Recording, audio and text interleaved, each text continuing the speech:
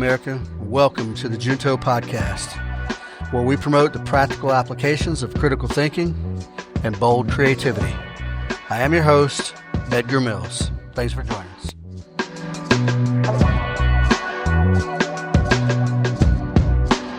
Welcome to episode 12, good people. Thanks for coming back. Thanks for listening. Thanks for the continued support. So today we're going to be talking a little bit about some political figures from the 1800s, political philosophers.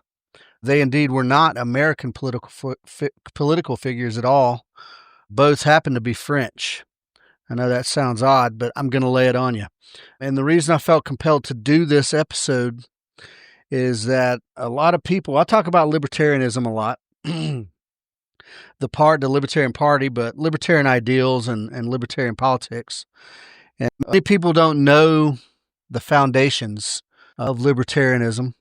And you could probably compare libertarianism of today to what would have been called classical liberalism, in the 1800s. So there's a couple of figures that I want to highlight. I'll do a little compare and contrast, and then kind of juxtapose their philosophies with modern politics and how their philosophies could either how they hold up and possibly how they could help us or if not. So hopefully many of you have not only heard of Frédéric Bastiat, but have read The Law.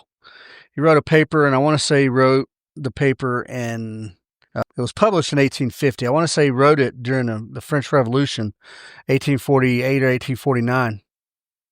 But Frédéric Bastiat, he was a French economist. He was a political philosopher, and he was a strong proponent of limited government and individual liberty.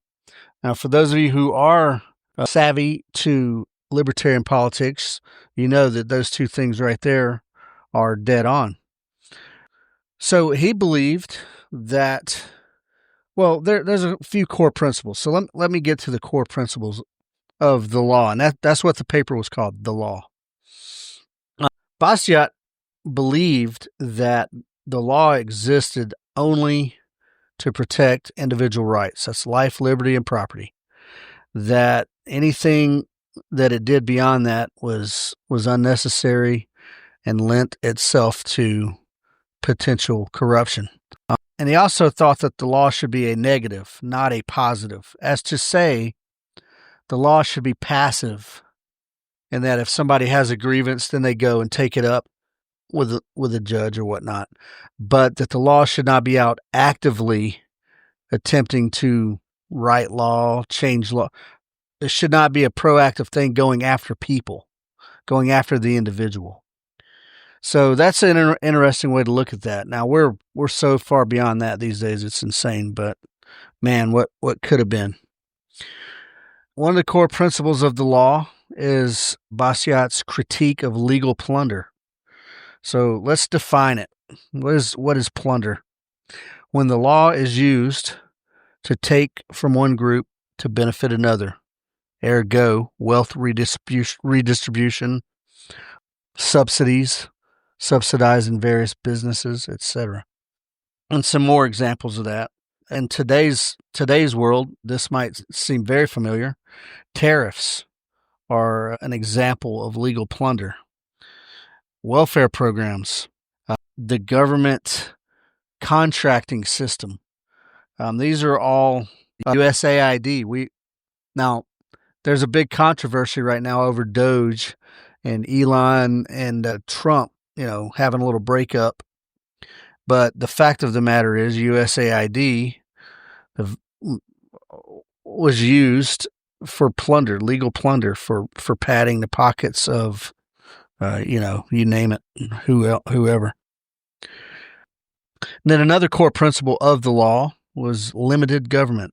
He very strongly advocated that the government should have very, very limited roles, and those roles simply to protect rights.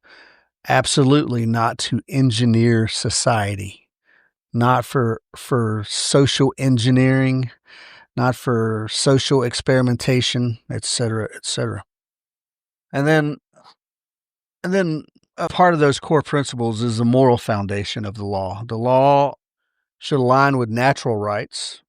Now, you can call those natural rights from simply by existence. By existing, you have natural rights. And then those of us who believe in Jesus and believe in God, we believe those are endowed by our Maker, right? Either way, natural rights. The law should align with natural rights and obviously justice, right? There's no arbitrary power or there's no majority rule when it comes to the law. And I know some of the lefties are going to jump all over that because they love to talk about democracy, true democracy. But a true democracy, we'll get to that later when we talk about the next guy. Comparing Bastiat to modern politics is a little difficult as far as the good things go. That we are not in a limited government. There are people out there who advocate for limited government, but that's not what we have. We do, as a nation, I suppose we do still sort of respect property rights within the legal system, but you see that gets kind of crapped on. You see that there's riots in Los Angeles right now because of these ICE raids, and no one there cares one thing about property rights. But more importantly, I think he was talking about then was the individual property rights being safe from the government, right? From the centralized government and doing eminent domain or things like that. Or these days you see a lot of asset forfeiture from somebody who's charged with a crime. And then the government takes everything they have based on that.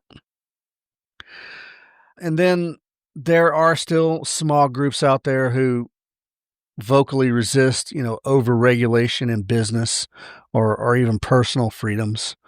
You see an assault on free speech these days. People, extreme groups, right?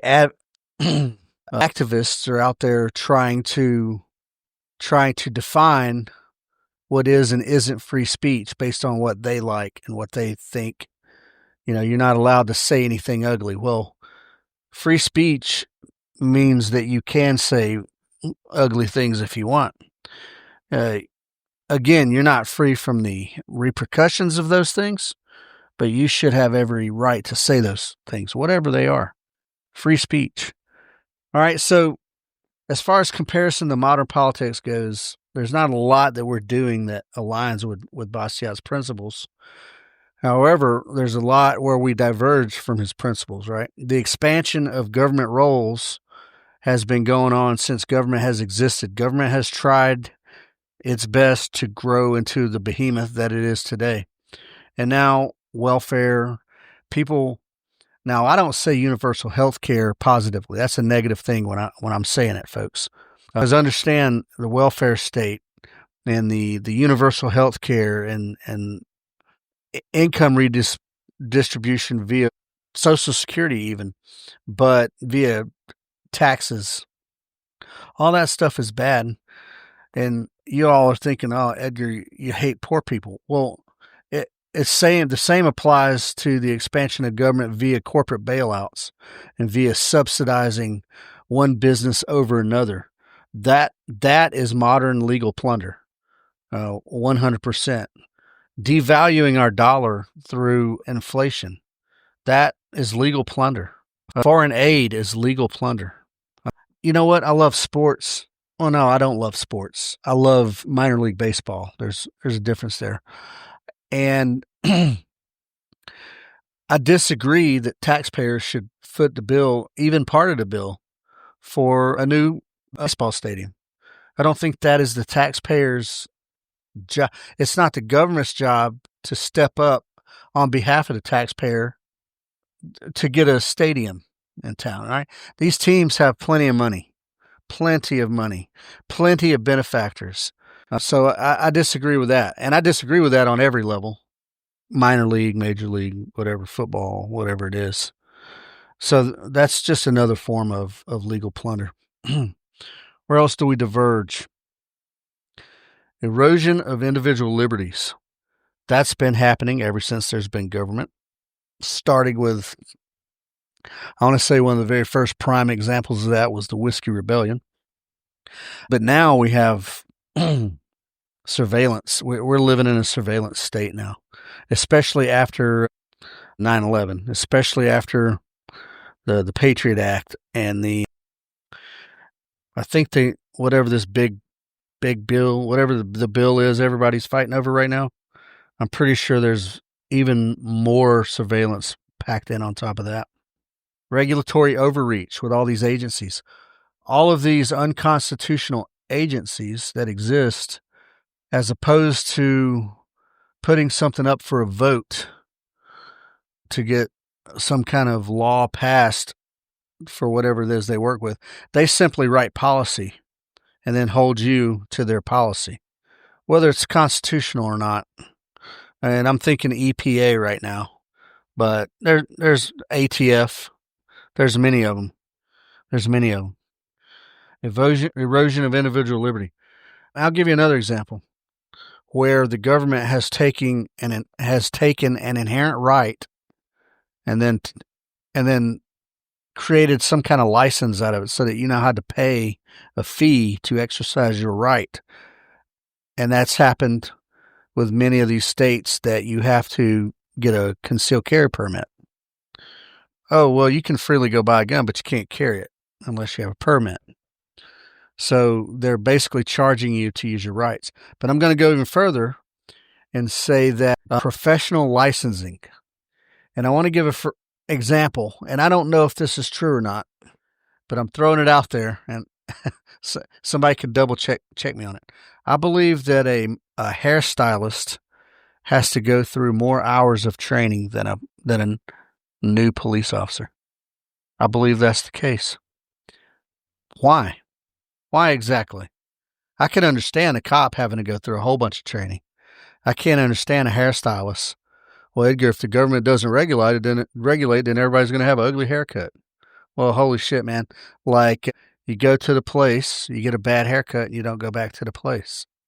The hairstylist either improves or they lose business and go out of business. Is that oversimplified? Yeah. Professional licensing. Yeah, I guess commercial driver's license. I don't know, man. There's so many different things. Yeah, an 18-wheeler is what, a big 20,000-pound death machine behind if somebody's driving who don't know what they're doing. But I don't know about the hairstylist. I don't even know about having to get a business license for any reason. At any rate, sorry, sidetrack. Erosion of individual liberties. What's another? Tax code. That's legal plunder. Taxation is theft. It is legal plunder, like point blank. And the tax code is so convoluted that your average Joe can't sit and read it and make sense of it. And that's why we all go to H&R Block. We got our tax guy. We got tax lawyers that have to do our taxes for us. It's a madness. It's absolute madness. But that's yet another version of that. So we have definitely not taken Frédéric Bastiat's philosophy to heart. At one time, yes. And then what else? Where else? On a global scale, you have crony capitalism, where politicians and big business, are literally in bed together doing disgusting things, costing you money. And then the lobby, the whole lobby system where special interests can get their meat hooks via money. None of that is within the vision of Bastiat's The Law as a neutral protector. The law should protect your rights and only your rights. Individual rights. It should not then tip the scales toward the corporations and whatnot. All right. I've talked about Frédéric Bastiat a little bit here. Now I'm going to slip on over and talk about this next guy. And then we'll come back to Bastiat. For those of you who read a little bit of history, you may have read Alexis de Tocqueville, Democracy in America. And he wrote that just based on observations of America in the early 1800s. And I think Tocqueville, I think he loved America. He was French as well, but I think he loved America, really. And so we'll compare his theory a little bit against Bastiat's, and then we'll look at how some of those things resonate in American politics. So recapping on Bastiat, right? Life, liberty, and property are inherent natural rights that the law's only job is to protect those. Limited government, and literally the only scope is to protect individual rights, contract disputes, that sort of thing. And then legal plunder, right? Getting rid of legal plunder, being aware of it, and ensuring that it doesn't go unchecked. And then the law had to have some moral foundation that aligned with individual justice, individual freedom. And everything that it was definitely not in line with any socialism or collectivist ideals at all. And emphasis from Bastiat is on individual responsibility. It's also on a free market. All right. So now let's talk about Alexis de Tocqueville. He believed in equality as a key component of democracy. And for some of you, that will resonate today, right? He believed that democracy should foster social and political equity, and our institutions and culture should reflect that. But at the same time, he warned against tyranny of the majority. But he was acutely aware that the majority can easily suppress minorities' rights. And I mean, you can say majority and minority to mean black and white, or male and female, or business owners and laborers, any of those things, right? Any of those things. So a pure democracy is not good, folks. I know you think it sounds awesome, but anytime 51 can get together and dictate what 49 can do, there's a problem there. Tocqueville emphasized voluntary associations, all right, and that we have codified in the First Amendment, right? But he believed in the power of the local community civic organizations to counterbalance the big centralized power. So he was weary of the centralized power, and he did lean on these community-based organizations, and this is evident by he warned of the risks of centralization, and I warn of it all the time. Whereas soft despotism, he calls it, the bureaucracy, just like it is today. Bureaucracy essentially just erodes any local autonomy.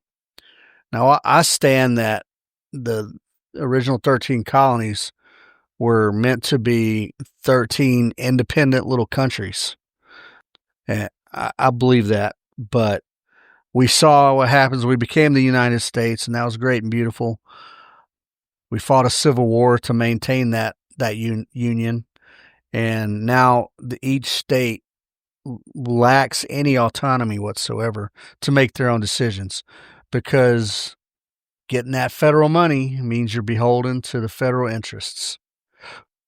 And all the folks sitting in Washington don't give a rat's ass about Georgia or about Oklahoma or Oregon or Idaho or anywhere else. They don't care. They only care about DC. And then, so some of those things we just talked about, and again, Tocqueville also emphasized the role of religion or integrity, but he also emphasized civic participation in order to sustain democracy, but again, also to warn against the tyranny of the majority. And that's what happens when you get a big centralized government, and that's where we're at now. That's where we're at now. So let's talk about Tocqueville and and Bastiat, and liberty versus equality. So Bastiat prioritized individual liberty and property rights, and he viewed equality under the law as a byproduct of freedom, right? Everyone should be treated the same under the law. Now, the problem we have today is that wasn't always the case.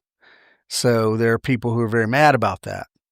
But at some point, it needs to start being the case. We need to, and I would like to say generally speaking we do, but we all know that there's at least a two-tiered legal system, at least. And that's based on the ruling class and then everyone else, the people who want to be in charge versus the people who just want to be left alone. And Tocqueville saw equality as democracy's sort of linchpin. He believed in the equality, but warns that the equality can undermine liberty if it goes unchecked. And how can equality undermine liberty? Well, when you start trying to force unequal things to be equal, just based on some edict or just based on whatever you base it on. And I can't remember who said it. Some famous philosopher said the greatest injustice is to try to make unequal things equal. Some things just are. Equal opportunity is what we need. You can't force two humans from two different backgrounds and two different belief systems and value systems. You can't force equality on the masses. You can't do it for even a state, of 8 million people, let alone country of 360 million or whatever it is. So equality versus liberty. And then the roles of the government. Again, Bastiat was a minimalist, whereas Tocqueville accepted the broader role of government, but again, caution against centralization. Threats to freedom. So Bastiat's main threat was legal plunder. And folks, you can say what you want about terrorism. You can say what you want about crime. Legal plunder is what's doing us in. Legal plunder is what is killing America right now. Because that's where the money flows. And then Tocqueville, his biggest warning was about the tyranny of majority. Soft despotism through bureaucracy, where the big machine just gets over, and then the bureaucracy and the army, we call it a self-licking ice cream, right? Where you exist to exist. You have to continue existing to keep yourself alive, but there's no other functions coming from that. You're not busy protecting rights. You're not busy doing anything except existing. Civic responsibility. So Bastiat emphasized individuality, individual agency, self-reliance.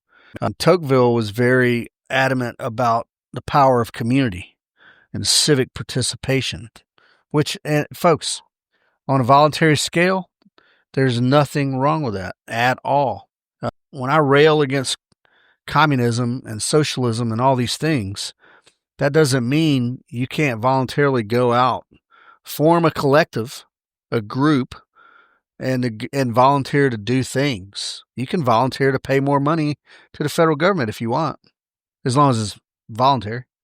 But freedom of association, all right, that collective civic engagement, that was Tocqueville versus Bastiat's sort of individual roles there.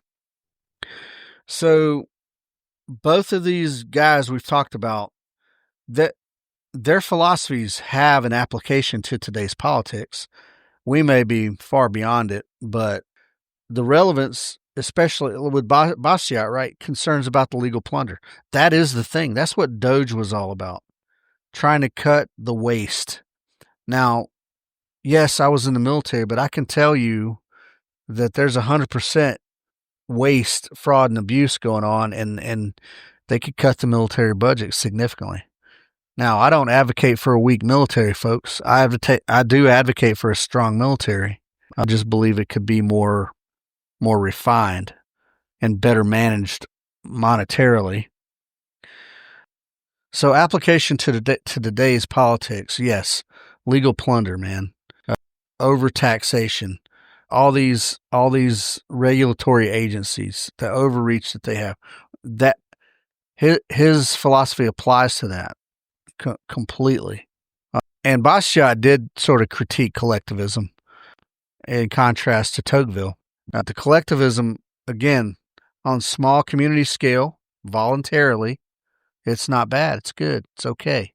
But at the federal level, making broad sweeping decisions for hundreds of millions of people is not bueno at all. And then Tocqueville's relevance to today's politics is that the tyranny of the majority reflects the vast polarization in today's society and today's cancel culture, where the loudest voices will get on the platforms and they seem like the majority, and then they either shame people into capitulation or they straight up cancel these people, based on whatever infraction, whatever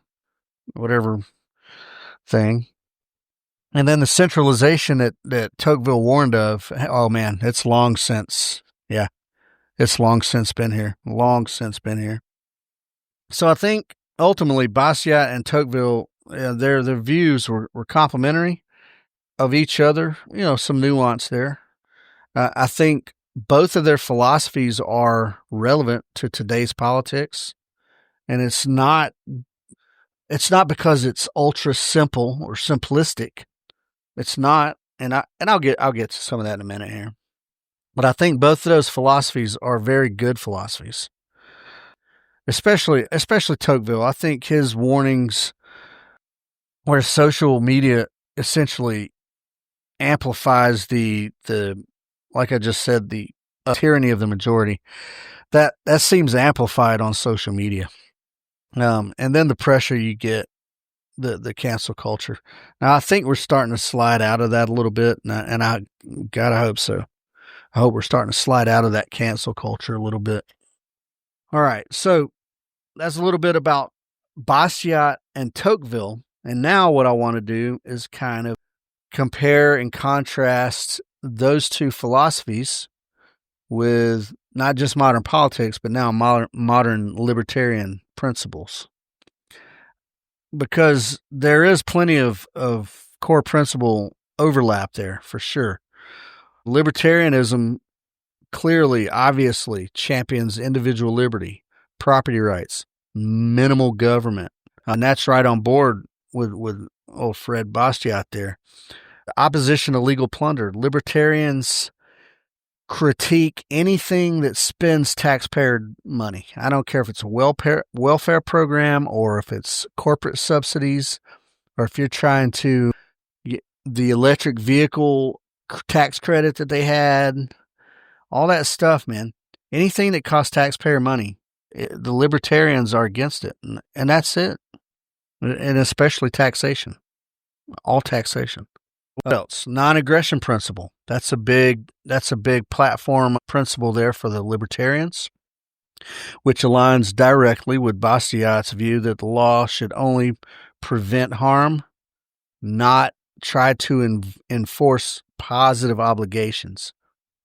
So when the IRS gets a bunch of armed troopers to come knock on your door, that is not, I say again, is not what our government should be doing. Then, of course, advocating free markets, right? Libertarians are all about the free market, the true free market, laissez-faire economics. Libertarians oppose tariffs, over-regulation, all those things, which is very much in line with Bastiat. In what ways does the libertarian principles differ or diverge from Bastiat? Well, any of you who know anything about libertarians know there's about a million subsects of libertarianism. So whereas an anarcho-capitalist, for instance, might advocate for no government, you have minarchist libertarians who kind of advocate for just small government, right? So that's slightly different from where Bastiat definitely didn't advocate for no government, but more in line with minarchists as far as small, very small. in practical application, the libertarians sometimes, there's a joke out there, and I can't remember exactly how it goes, but nobody hates libertarians more than libertarians. Because there's a lot of guys who, they want to push this real ideological purity, right? I don't want to say extremism, but just the purity of the ideal. So, but that's very difficult. Bastiat was a little more practical about that, a little more pragmatic about that when it came to focusing on economics. You can't really be a purist and get too far in government. There has to be some kind of compromise. So, yeah. And then some modern libertarian challenges, like what? There are so many things today that didn't exist in Bastiat's time. So his idea of the law, if you read it, it might seem somewhat outdated, but really it's not. It all applies. And also, Bastiat was, libertarianism didn't exist back then. Bastiat was what you would call a classical liberal. And his philosophy had actual support. There classical liberals of that time agreed wholeheartedly with. But some of the more complex things that have come along since his time, like immigration, for instance, dealing with intellectual property, just the internet, free speech on the internet, things like that. He didn't touch on those things because they obviously didn't exist. But I think the general idea you can get a good idea of where he would have went on certain things like that. Libertarianism, libertarianism, like Bastiat, definitely condemns government overreach. I'll give you a good example. A modern example is the war on drugs. It's been a miserable, colossal, epic failure. That's it. So the government, they ginned up the war on drugs, all the while pumping drugs into various places, but to have cash, man. I don't want to go too deep, but and then also libertarians condemn, much like I think Bastiat probably didn't directly talk. Well, he did in the law. If you read it, he directly did. Is unnecessary military interventions, especially going to war without Congress voting on it. What else? Libertarian, in line with Bastiat, oppose or criticize fiat currency and the central banking system, ergo the Federal Reserve. Obviously, in Bastiat's view, the Federal Reserve just enables legal plunder. What is the Federal Reserve but a counterfeit machine that was voted on? It was voted on in 1913. All right. What are some contrasts and tensions between modern politics versus the sort of Bastiat libertarianism? It always comes down to individualism versus collectivism, doesn't it? Individualism versus collectivism.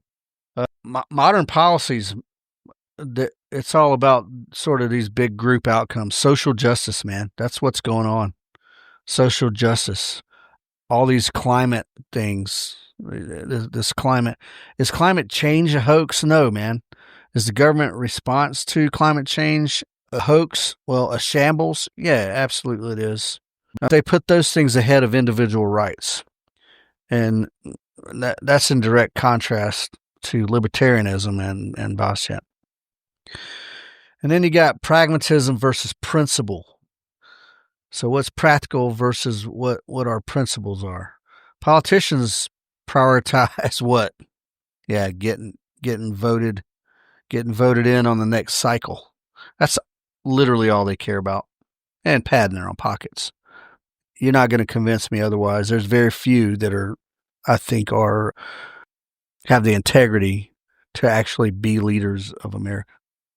So yeah, politicians are going to do what will get them elected. They don't stick with their philosophical, even party platforms sometimes. Yeah. Complexity of the modern economy here, globalization, technology. These things all lead us down the road to a one world, government, a big global government. And I love technology, man, but the government is that's where they're going. And if we don't get a handle on protecting our data, it's not going to be long before that's exactly what we are, is one world freaking government with a bunch of, what do you call them? Subjects. We're just going to be subjects. How can libertarian party, libertarianism, how can it evolve beyond Bastiat and still hold on to those principles? Some of the modern issues in the libertarian, sort of sphere is like cryptocurrency, for instance. That's a big deal. Net neutrality. But a lot of technology has crept its way into politics. And those obviously extend beyond Bastiat's, day. But we can apply the same principles still. Just because the technology is there doesn't mean the principles weren't sound, and it doesn't mean that our rights change in any way. And then some cultural shifts that libertarians focus on, like legalization of drugs. I'm pretty sure that wouldn't have been an issue for old Bastiat there. But the Libertarian Party focuses on social liberty, right? Legalization of drugs, and some even advocate for marriage equality among the sexes, right? Man on man marriage, woman on woman marriage. I don't advocate that, and I'll tell you why. The only reason I don't is because I don't think the government should be in the marriage business. As far as two men getting married or two women getting married, I care less. If you're in love, and between you and your holy institution, whatever that may be, right on, go be married. I don't think the government has a hand in that. They don't have skin in that game. And I've ranted about this before, but I'm never going to get on board with that because I don't think it's a non-issue. And if anything, I'm on board with deregulating marriage completely. And then as far as public perception goes, these days, I think the Libertarian Party was born in 1972. I think these days people look at, they see on TV and they see like Vermin Supreme with a rubber boot on his head, and they equate that to the Libertarian Party. Or they see a candidate running for office who's a gay advocate, and he seems more like a gay advocate than a politician. And that keeps the party on the fringes. I think it kind of keeps the party on the fringes a little bit. Yeah, I do. So the public perception of the Libertarian Party these days, if you ask anybody on the street about a platform issue, you will probably get a very libertarian answer. But then if you ask them what their politics are, they'll give you red or blue because they don't really know any better. In Bastiat's day, his ideas were mainstream in classical liberalism. And I wish we had that same kind of credibility amongst the masses here with libertarianism. And then modern politics, public perception. I think you see it with this frickin' Israel and Gaza, and then Ukraine and Russia. Interventionism. Libertarians and Bastiat, as well as the Libertarian Party, we're all about anti-interventionism. We are not the world police. We shouldn't go around saving the day, because we don't save the day, by the way. But we're not the world police. I don't think we should be messing around with Ukraine. Not boots on the ground, not giving them weapons or money. I think, being a third-party host for peace talks, sure, great.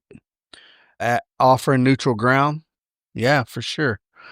But you could almost classify me as an isolationist. Only almost. All right.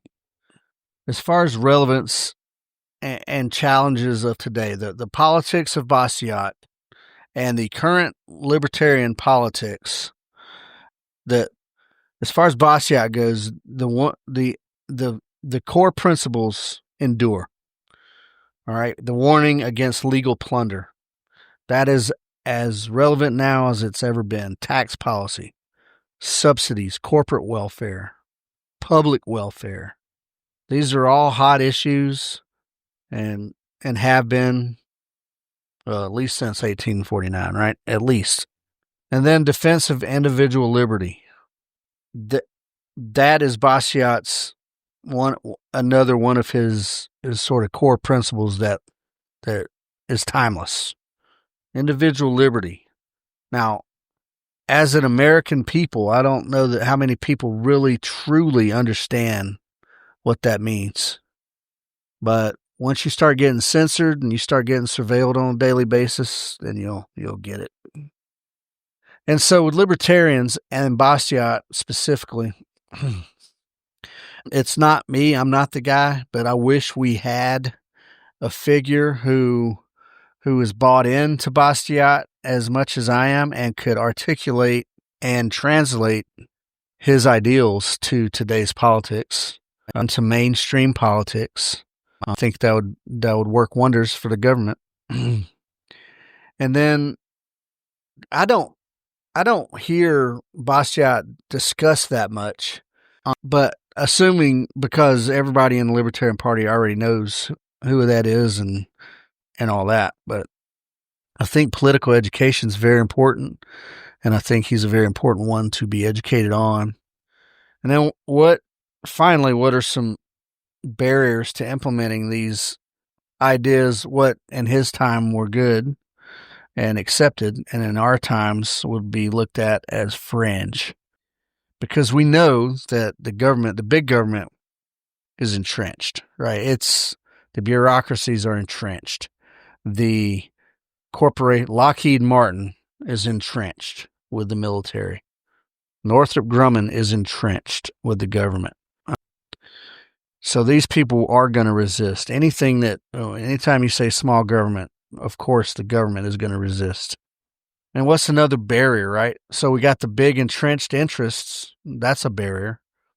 And then tragically, we got the public being brainwashed and thinking that the government is their solution to everything. Healthcare, education, climate change, etc.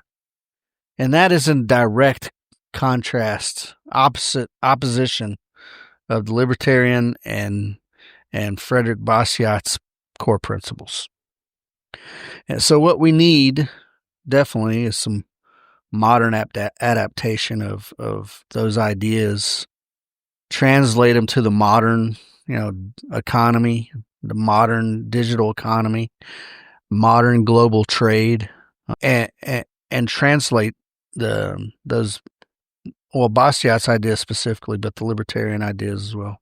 So yes, Bastiat, Tocqueville, their philosophies align pretty closely with libertarian principles, very specifically on individual liberty and the opposition to legal plunder, taxation, those types of things. Modern politics, never mind the libertarians, modern politics diverges significantly due to the vast expansion of the government. So, in closing here, folks,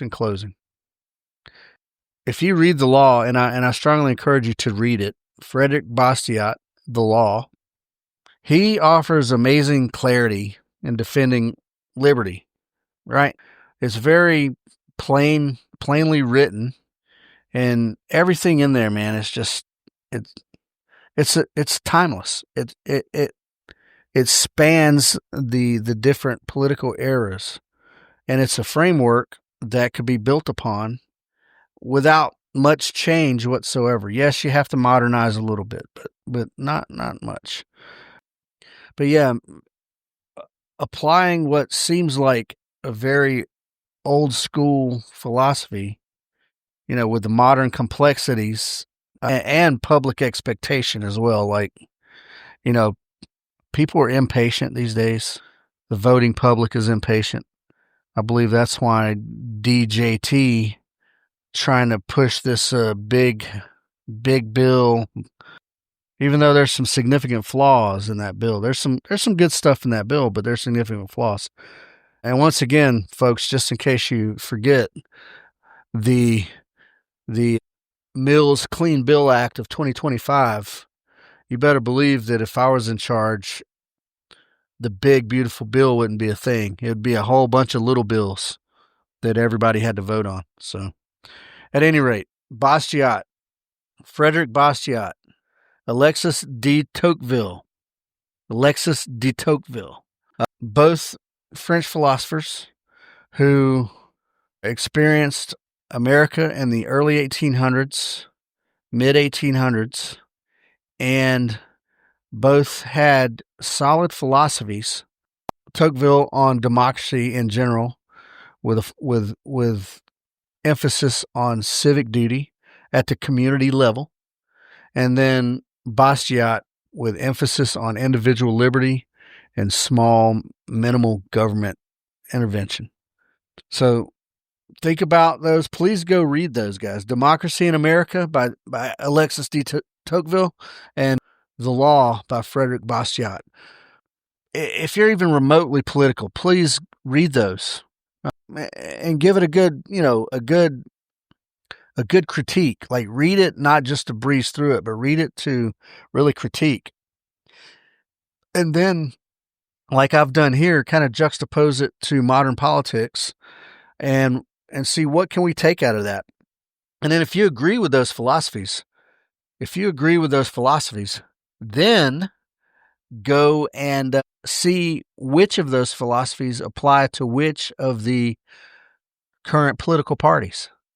Yeah, see who's doing the things that you like, that you read, that you think, yeah, that makes sense, that's good. And who's doing these things? I think you're going to find that your team is not, unless you're libertarian. And so, all right, this has been my political rant. This episode has been essentially a political rant on why we can't do things better. It don't take any new groundbreaking political philosophy, folks, to govern well. There's plenty that has been written that is perfectly good guideline, a perfectly good set of rules to govern off of. But again, we got greedy politicians out there that do what greedy politicians do. So, look here, folks. Thank you for listening. If you have disagree with anything I've talked about, or if you find mistakes in some of the things I've said, please hit me up. You can find us on thejuntopodcast.com, and that's where you can contact me. You can find us on all the podcast platforms. If you like to shoot guns, you can go to ospreyshootingsolutions.com and look around. We got plenty of things going on for June and July. If you are interested in adventure-based leadership and teamwork development, you can find good stuff at 2teamguys.com. That's the number 2, teamguys.com. Everything from situational awareness to land navigation to surviving captivity. We got all kind of stuff over there. And the common threads there, like I said, are leadership and teamwork. We put you in stressful, situations, pretty tough, austere environments, and there's problem solving that has to be done on the fly. And you have to manage personalities and convince people to do the things you need them to do. So it's very good. Teamwork and leadership development. So that's the number 2, teamguys.com. And again, folks, if you want to write a paper, something you feel strongly about, and I'll publish it on the website on the juntopodcast.com, because we do written blogs on there as well. So please go and check out my latest couple of written blogs. And other than that, folks, I appreciate you listening. We're almost to 5,000 now. Hopefully we'll be climbing on up even faster sooner. And again, reach out if you need something. Reach out if you have any suggestions or ideas. I appreciate you guys. I love you guys. Take care.